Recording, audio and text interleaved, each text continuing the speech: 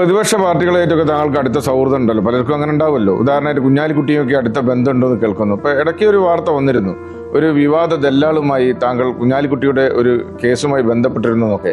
ഒരുപക്ഷെ ഇതൊക്കെ ആയിരിക്കില്ലേ VS പ്രകോപനം ഉണ്ടാക്കുന്നത്? അങ്ങനെയൊക്കെയുള്ള പുകമറകൾക്ക് എന്തെങ്കിലും യാഥാർത്ഥ്യമുണ്ടോ? സഖാവ് VS-നുണ്ടായ വിരോധത്തെക്കുറിച്ചുള്ള സൂചനകളൊക്കെ ഞാൻ നേരത്തെ പറഞ്ഞു കഴിഞ്ഞു. അത് തന്നെയാണ് അതിന്റെ പരമാർത്ഥം, അത് തന്നെയാണ് അതിന്റെ സത്യം. നിരവധി രാഷ്ട്രീയ നേതാക്കളുമായി, പ്രവർത്തകരുമായി എനിക്ക് ബന്ധമുണ്ടായിരുന്നു, വ്യക്തിബന്ധമുണ്ടായിരുന്നു. അതും വസ്തുതയാണ്, നിഷേധിക്കേണ്ട കാര്യമില്ല. കാരണം ഞാൻ ഒരു അവിഹിത ഇടപാടുകൾക്കും ഇവരുമായിട്ട് ഈ തരം ആളുകളെ ബന്ധപ്പെട്ടിട്ടില്ല, ഒരാവശ്യങ്ങൾക്ക് വേണ്ടിയും ബന്ധപ്പെട്ടിട്ടില്ല. എൻ്റെ വ്യക്തിപരമായ ഒരു നേട്ടങ്ങൾക്ക് വേണ്ടിയിട്ടും ഇത്തരം നേതാക്കളെ ഒരുത്തരുമായി ബന്ധപ്പെട്ടില്ല.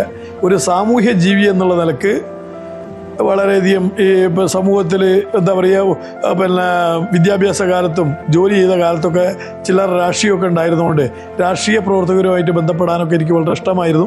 അത്തരം സൗഹൃദങ്ങളൊക്കെ എനിക്കുണ്ടായിരുന്നു. പക്ഷെ ഒരു സൗഹൃദത്തെയും ഞാൻ ദുരുപയോഗപ്പെടുത്താൻ പോയിട്ടില്ല, ഈവൻ ഉപയോഗപ്പെടുത്താൻ പോയിട്ടില്ല എന്നതാണ് വസ്തുത.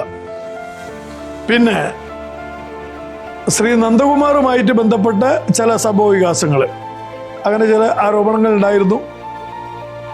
ഞാൻ സജീവമായി രാഷ്ട്രീയ നേതൃത്വങ്ങളുമായി ഇടപഴകിക്കൊണ്ടിരുന്ന കാലത്ത് എന്നാലാകും വിധം വ്യത്യസ്ത രാഷ്ട്രീയ പ്രസ്ഥാനങ്ങൾക്ക് വേണ്ടി, അല്ലെങ്കിൽ അവരുടെ വ്യത്യസ്ത രാഷ്ട്രീയ പ്രസ്ഥാനങ്ങളുടെ താല്പര്യങ്ങൾക്ക് വേണ്ടി എന്നാലാകും വിധം പലതും ചെയ്തിട്ടുണ്ട് എന്നുള്ളത് സത്യമാണ്.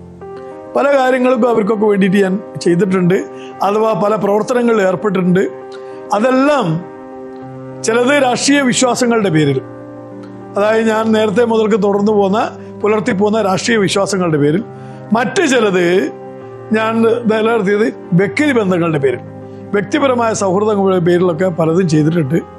ഇനി അതെല്ലാം ഒരു വീണ്ടും ഒരു പണ്ടോറാസ് ബോക്സ് തുറക്കാൻ ആഗ്രഹിക്കുന്നില്ല. അത് മുഴുവൻ ചെയ്തിരുന്നു. അതിലൊക്കെ വളരെയധികം ഖേദം നിലവിലുണ്ട് എനിക്ക്. ഞാൻ ചെയ്യേണ്ട പ്രവൃത്തികളല്ലായിരുന്നു, എനിക്കൊന്നും ആവശ്യമില്ലായിരുന്നു, അത്തരം പ്രവർത്തനങ്ങളിലൊന്നും ഞാൻ ഏർപ്പെടരുതായിരുന്നു എന്ന ബോധം വളരെ വൈകിയ ഒരു തിരിച്ചറിവ് എനിക്ക് ഉണ്ടായിട്ടുണ്ട്. ആ തിരിച്ചറിവിന് കാരണക്കാർ എൻ്റെ കുടുംബങ്ങളും എൻ്റെ മകനൊക്കെയാണ്. ഇത്തരം കാര്യങ്ങളൊക്കെ അച്ഛൻ ചെയ്യേണ്ട പ്രവൃത്തികളല്ലായിരുന്നു. അച്ഛൻ്റെ വ്യാപാര കാര്യങ്ങളിൽ മാത്രം ഇടപെട്ടാൽ മതിയായിരുന്നു. ഈസവും രാഷ്ട്രീയവും വിശ്വാസമൊന്നും അച്ഛൻ്റെ കപ്പ് ഓഫ് ടീ അല്ലായിരുന്നു. എന്തിനച്ഛൻ ഇതിലൊക്കെ ഇടപെട്ട് ശത്രുക്കളെ വിളിച്ചു വരുത്തി എന്നുള്ള എൻ്റെ മക്കളുടെ സ്നേഹപൂർണമായ ഉപദേശം ഞാൻ ശിരസ സ്വീകരിച്ച് 2018 ജനുവരി 1 മുതൽ സകല രാഷ്ട്രീയ നേതൃത്വങ്ങളുമായി കൃത്യമായ സാമൂഹിക അകലം പാലിച്ചുകൊണ്ടുള്ള ഒരു ജീവിതമാണ് ഞാൻ മുന്നോട്ട് നയിക്കുന്നത്. ഇപ്പോൾ ED കാലമാണല്ലോ, കരുവന്നൂർ തൊട്ട് സകല മേഖലയിൽ ED ഉണ്ട്. അപ്പം താങ്കൾക്കെതിരെ എന്തെങ്കിലും ED വിഷയത്തിലുണ്ടോ? അങ്ങനെ ഒരു ED പേടി ഉണ്ടോ? അങ്ങനെയും പറഞ്ഞ് കേൾക്കുന്നുണ്ട്. മുൻ ധനകാര്യ വകുപ്പ് മന്ത്രി P. ചിദംബരത്തിൻ്റെ ഒരു സൃഷ്ടി ആണ് prevention of money laundering act, PMLA, കള്ളപ്പണം വെളുപ്പിക്കൽ നിരോധന നിയമം. ലോകസഭ, അതായത് പാർലമെന്റ്, നമ്മുടെ പാർലമെന്റ് ഐകകണ്ഠേന പാസാക്കിയ നിയമമാണ് ഈ PMLA.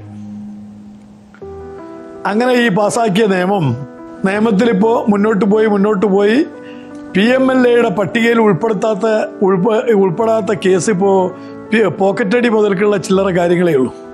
ഈവൻ 420 ഉൾപ്പെടെയുള്ള വകുപ്പുകളൊക്കെ ഇപ്പോൾ PMLA അന്വേഷണ പരിധിയിൽ ഉൾപ്പെട്ട് കഴിഞ്ഞു. ഒരു കിരാത നിയമമാണ് എന്നുള്ള കാര്യത്തിൽ തർക്കമേ ഇല്ല. ഒരു ഡ്രാക്കോണിയൻ ലോ ആണ്. ഇതിൻ്റെ സൃഷ്ടികർത്താവ് ചിദംബരം. അതിൻ്റെ തിക്താനുഭവങ്ങൾ നേരിട്ടതിൽ ഒരാള്, അല്ലെങ്കിൽ അദ്ദേഹത്തിൻ്റെ മകൻ ഉൾപ്പെടെയുള്ള ആളുകളൊക്കെ ഇന്ന് അതിൻ്റെ തിക്താനുഭവം നേരിട്ടുകൊണ്ടിരിക്കുകയാണ്. അതായത് വളരെ മൂർച്ചയുള്ള ഒരു ആയുധം തയ്യാറാക്കി അവിടെ വെച്ചു. ജീവിതകാലം മുഴുവൻ തങ്ങൾ തന്നെയായിരിക്കും അധികാരത്തിലിരിക്കുക എന്നുള്ള സങ്കല്പത്തിലായിരിക്കാം ഇത്രയും മൂർച്ചയുള്ള, അല്ലെങ്കിൽ ഇത്രയും പ്രഹരശേഷിയുള്ള ഒരു തോക്കോ കത്തിയോ തയ്യാറാക്കി വെച്ച് ഒരു ഭരണം കൈയൊഴിഞ്ഞ് പുതിയ ഭരണം വന്നു. പുതിയ സർക്കാർ ഈ ആയുധത്തെ പരമാവധി ശക്തിയോടുകൂടി അതിൻ്റെ പരമാവധി പ്രഹരശേഷി ഉപയോഗിച്ചുകൊണ്ട് നടന്ന് വേട്ടയാടുന്നു. ആ വേട്ടയാടൽ കണ്ട് ആനന്ദിക്കുന്ന ഒരാളാണ് ഞാൻ.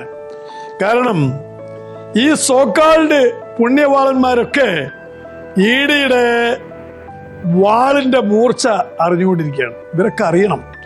ഇവരൊക്കെ ചേർന്ന് ഐകകണ്ഠേന പാസാക്കിയെടുത്ത ആ നിയമം തങ്ങളുടെ ശത്രുക്കൾക്ക് നേരെ, തങ്ങളുടെ എതിരാളികൾക്ക് നേരെ പിൽക്കാലത്ത് ഉപയോഗിക്കാൻ വേണ്ടി മൂർച്ച കൂട്ടി വെച്ച ആയുധം തങ്ങൾക്ക് നേരെ തന്നെ നീളുന്നത് കണ്ട് ഇവരെല്ലാവരും പരിഭ്രാന്തരായിരിക്കുക.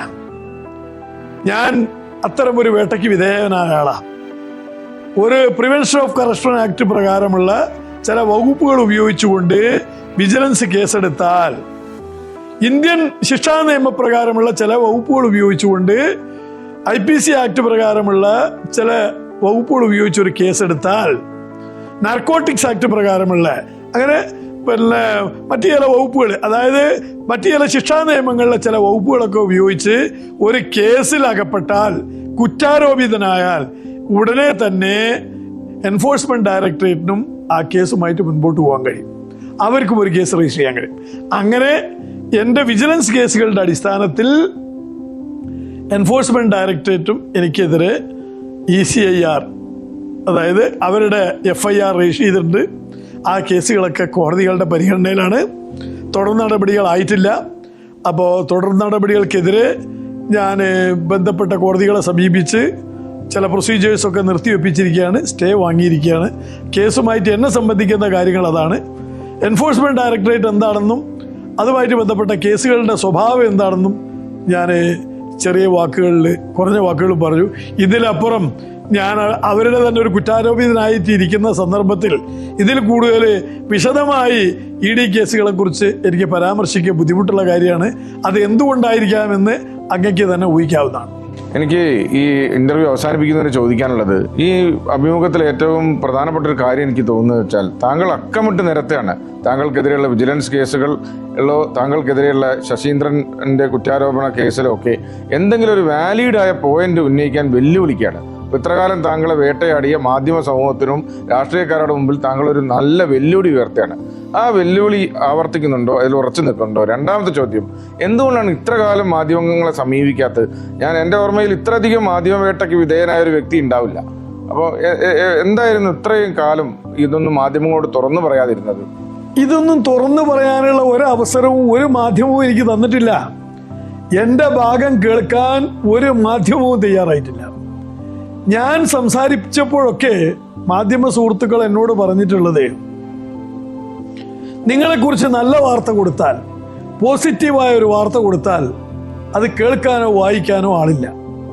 നിങ്ങളെക്കുറിച്ച് നെഗറ്റീവായ ഒരു വാർത്ത കൊടുത്താൽ ഞങ്ങളുടെ റേറ്റിംഗ് വർദ്ധിക്കും, കൂടുതൽ പ്രേക്ഷകരുണ്ടാവും, കൂടുതൽ വായനക്കാരുണ്ടാവും. അതുകൊണ്ട് സത്യമറിഞ്ഞാലും നിങ്ങളുടെ ഭാഗത്ത് സത്യം അവതരിപ്പിക്കാൻ ഞങ്ങൾക്ക് പ്രയാസമുണ്ട്. ഇത് പച്ചയ്ക്ക് പറഞ്ഞ മാധ്യമ പ്രവർത്തകരുണ്ട്. പിന്നെ മാധ്യമ പ്രവർത്തകരിൽ ഒരു വിഭാഗം നിക്ഷിപ്ത താല്പര്യത്തോടുകൂടി, മുഖ്യധാരാ മാധ്യമങ്ങളുടെ ഉൾപ്പെടെയുള്ള ഒരു വിഭാഗം, ഞാൻ നേരത്തെ പറഞ്ഞ രാജീവ്, അതല്ലെങ്കിൽ അതുപോലത്തെ ചില ആളുകളുടെ പ്രചാരണത്തിൽ അവരുടെ സ്വാധീനത്തിലും വഴങ്ങിയിട്ടുള്ള ഒരു വിഭാഗം, ആ സ്വാധീനത്തിൽ വഴങ്ങിയ ആളുകളുടെ നിഷ്കളങ്കമായ രൂപത്തിലുള്ള വിഷം കുത്തിവെപ്പിൽ വീണുപോയ നിഷ്കളങ്കരായ കുറെ പത്രപ്രവർത്തകർ. ഇനി ചില ആളുകള് നമ്മളെക്കുറിച്ച് നല്ല വാക്ക് പറഞ്ഞാൽ ബ്രാൻഡ് ചെയ്യപ്പെടും, ഇദ്ദേഹത്തിന്റെ കയ്യിൽ നിന്ന് പണം വാങ്ങിയിട്ടാണ് ഇദ്ദേഹത്തിന് വേണ്ടി സംസാരിക്കുന്നത്, ഇദ്ദേഹത്തിനെ കുറിച്ച് നല്ല വാക്ക് പറയുന്നത് എന്ന് ഭയന്ന് പിന്മാറുന്ന മറ്റൊരു വിഭാഗം. ഈ മാധ്യമ സംഘത്തിലെ ആളുകൾ ഈ ഇനത്തിൽപ്പെട്ടവരാണ്. ഇതിലേതെങ്കിലും ഒരു വിഭാഗത്തിൽപ്പെട്ടവരാണ് ഇവരൊക്കെ. ഞാനുമായി സൗഹൃദമുള്ള എത്രയോ പത്രപ്രവർത്തകരുണ്ട്. എന്റെ ഭാഗം നന്നായി മനസ്സിലാക്കിയിട്ടുള്ള, അറിഞ്ഞിട്ടുള്ള എത്രയോ പത്രപ്രവർത്തകരുണ്ട്. നിസ്സഹായരാണ്. ഈ അടുത്ത ദിവസങ്ങളിൽ പോലും ഒരു വാർത്തയില്ലാത്തപ്പോൾ, അല്ലെങ്കിൽ ഒരു ബന്ധവുമില്ലാത്ത ഒരു സന്ദർഭത്തിൽ കാണാം, ഒരു പ്രധാന പത്രത്തില് പിന്നീട് അന്വേഷിച്ചപ്പോൾ മനസ്സിലായത്, അവരുടെ ഹെഡ് ഓഫീസിൽ നിന്ന് വിളിച്ച് പറയാത്ര, നിങ്ങൾ ഒരു സ്റ്റോറി കൊടുക്കുമ്പോൾ ആദ്യം അദ്ദേഹത്തിന്റെ ഒരു സ്റ്റോറി കൊടുക്കും. ഒരാവശ്യം മുകളിൽ നിന്ന് ഉയർന്നു വരികയാണ്.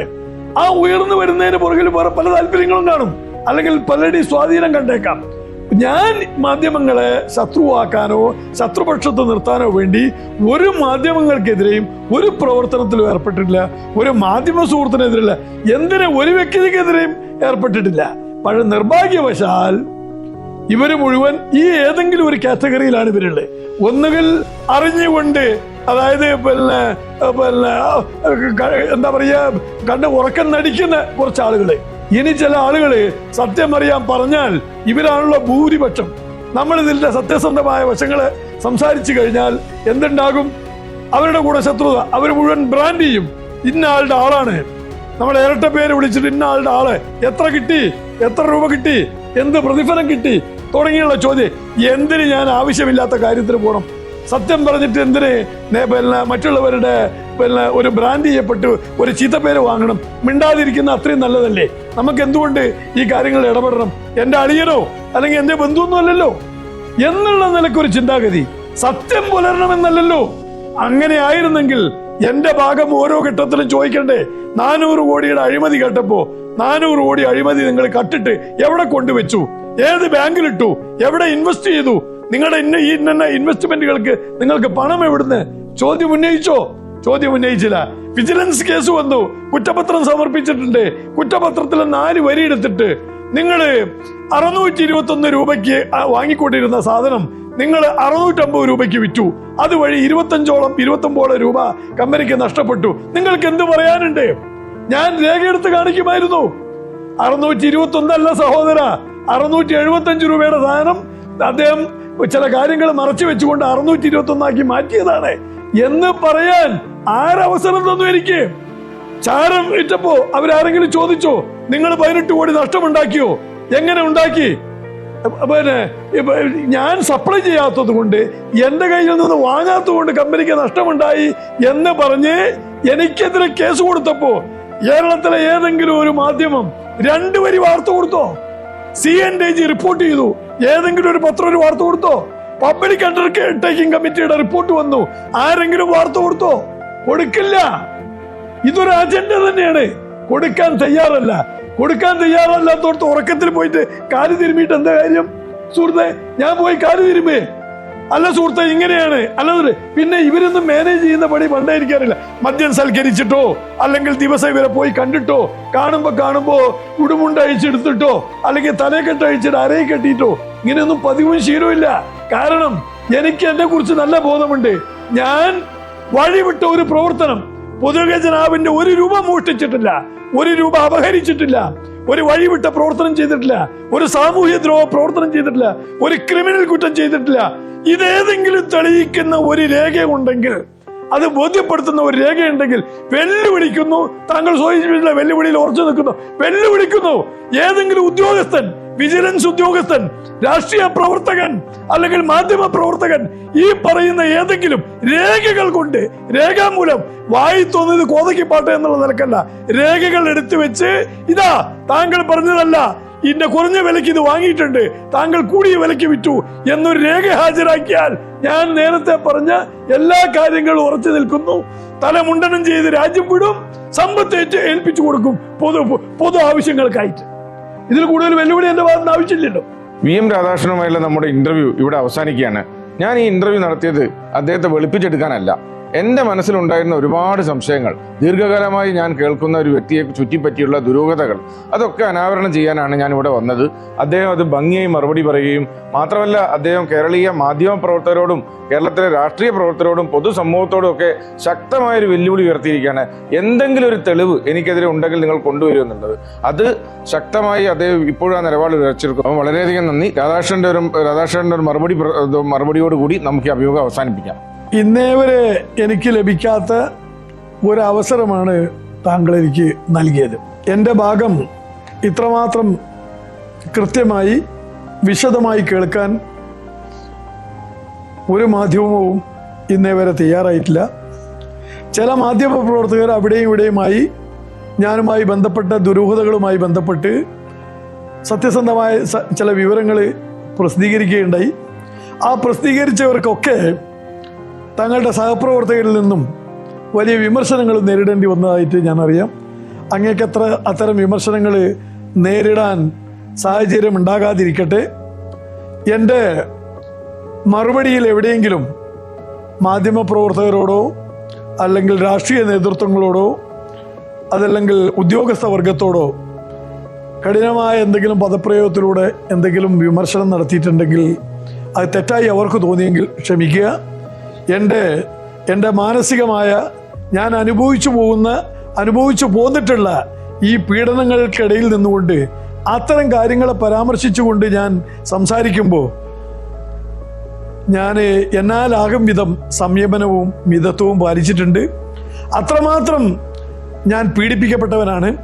എൻ്റെ ജീവിതം പൂർണ്ണമായി തകർക്കണം എന്ന ലക്ഷ്യത്തോടു കൂടിയിട്ട് ഒരു ഗൂഢസംഘം മുന്നിട്ടിറക്കുകയും അതിന് എല്ലാവിധ ഒത്താശയും പലരും ചെയ്തു കൊടുത്തു.